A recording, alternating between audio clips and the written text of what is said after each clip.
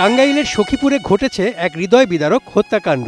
নানির স্নেহের আশ্রয়, শেষ বয়সের ভরসা সেই মানুষটিকেই নিজের হাতে হত্যার অভিযোগ উঠেছে নাতির বিরুদ্ধে। মাত্র ৫,০০০ টাকার জন্য ঘটেছে এই মর্মান্তিক হত্যা। টাঙ্গাইলের সখীপুর উপজেলার কালিদাস পানাউল্লা পাড়া গ্রামের বাসিন্দা বেদেনা কোচ, বয়স ৬৫। নাতি নয়ন কোচ নানির কাছে ৫,০০০ টাকা চায়। নানি টাকা দিতে পারেননি, কিন্তু সে একটি না শব্দই পরিণত হয় ভয়ঙ্কর এক সিদ্ধান্তে। সুযোগ বুঝে নয়ন নানির বাড়িতে অবস্থান নেয়। রাত আনুমানিক ৯টার দিকে নিহতের স্বামী পরেশ চন্দ্র কোচ বাজারে গেলে বাড়িতে একা ছিলেন বেদেনা কোচ। অভিযোগ অনুযায়ী গভীর রাতে প্রথমে হাতুড়ি দিয়ে তার মাথায় আঘাত করে নয়ন। এতে তিনি অচেতন হয়ে পড়লে দা দিয়ে কুপিয়ে তাকে হত্যা করা হয়। এমন নৃশংস ঘটনার জন্য দায়ীদের দৃষ্টান্তমূলক শাস্তির দাবি জানিয়েছেন পরিবার ও স্থানীয়রা।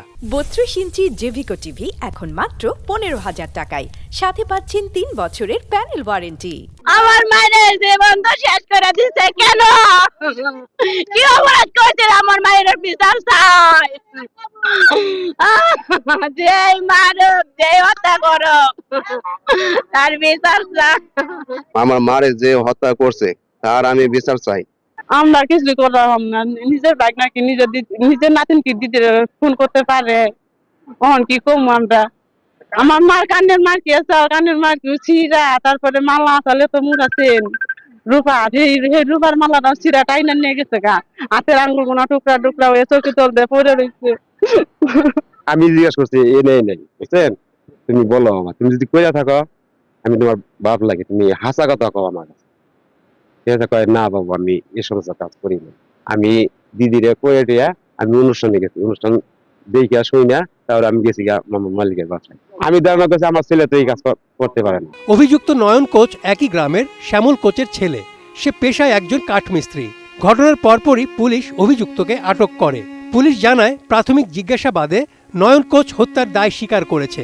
জিজ্ঞাসা করলাম তুমি কেন মারছো তাকে, বললো যে আমি ৫,০০০ টাকা চাইছিলাম, সে আমাকে টাকা না দিয়া আমার সাথে খারাপ ব্যবহার করছে, যার জন্য আমি তারে হত্যা করছি।